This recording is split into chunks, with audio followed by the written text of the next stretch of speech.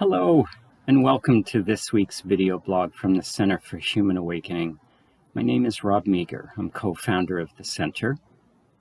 I'd like to share with you for this video blog a reading from Richard Harvey's book, Your Essential Self. And this reading is titled, The Thinning of the Veils. The final stages of personal work bring our hardest challenges. In the crucible of change that is inner work, we finally break the chains that bind us. Confusion and resistance may rise up stronger than ever, and we suffer the death throes of our attachment to the small self. We meet the tests of faith, engage in healing the original wound, experience unconscious change, and embrace our wholeness. But before any of this can happen, the veils must thin.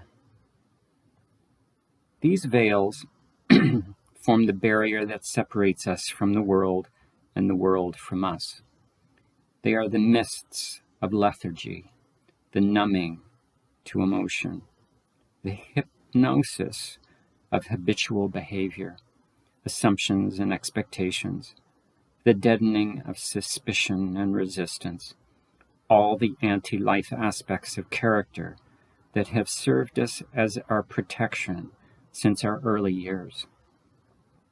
We have carried so much unresolved material, so much baggage of unsaid, unrecognized, and unrealized words, thoughts, and actions. We have become stooped and frightened. We have concealed ourselves beneath our coverings. When our veils thin, we encounter the play of opposites. Opening to hurt reveals the way to our wholeness. Opening to emotional pain reveals the way to pleasure. And opening to confusion reveals the way to clarity. Each of these apparently negative conditions reveals its opposite positive state. And we find we have unsuspected allies, fear and resistance. Fear is a friend who shows us the way to courage. When we stop struggling against it and allow ourselves to experience it directly, fear invigorates and excites us.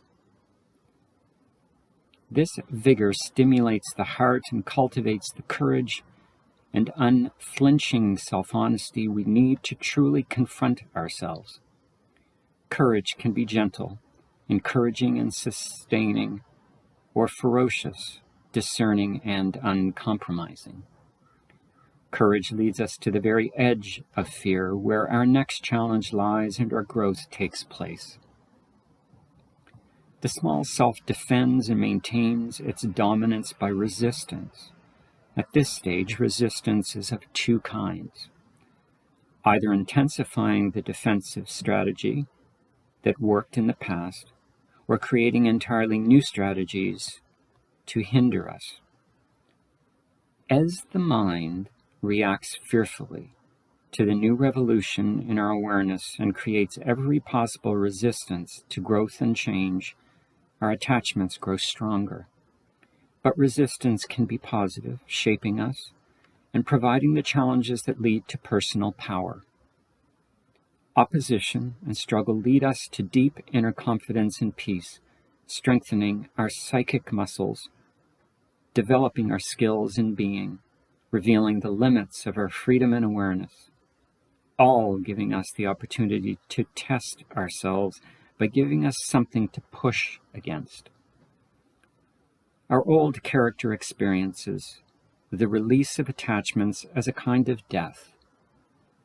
Our character reacts to the threat by intensifying its dominant traits in an effort to reestablish itself.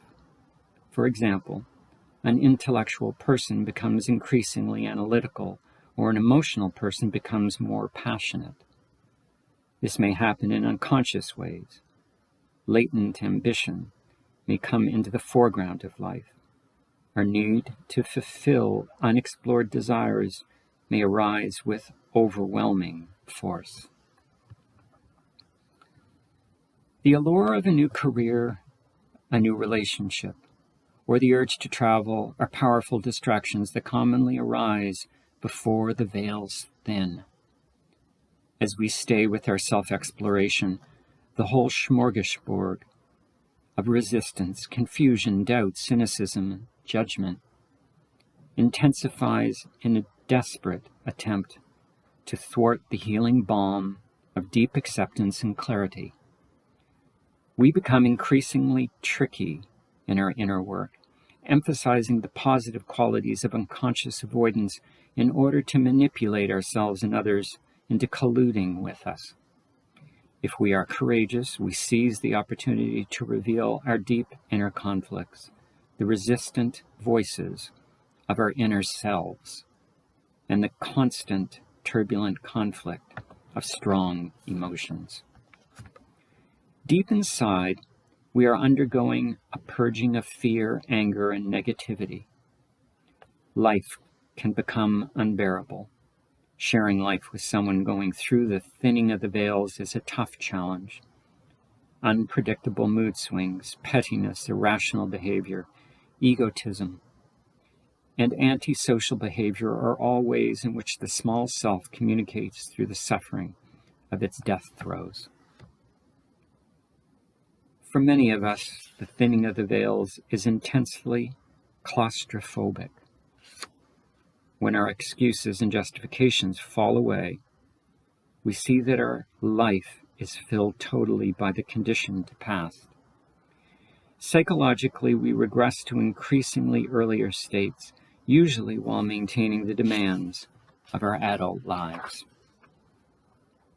When the veils thin, at last we see beyond the limits of our conditioned personality. Gradually and gently, we arrive at the heart of truth through confronting our last remaining attachments to our small self.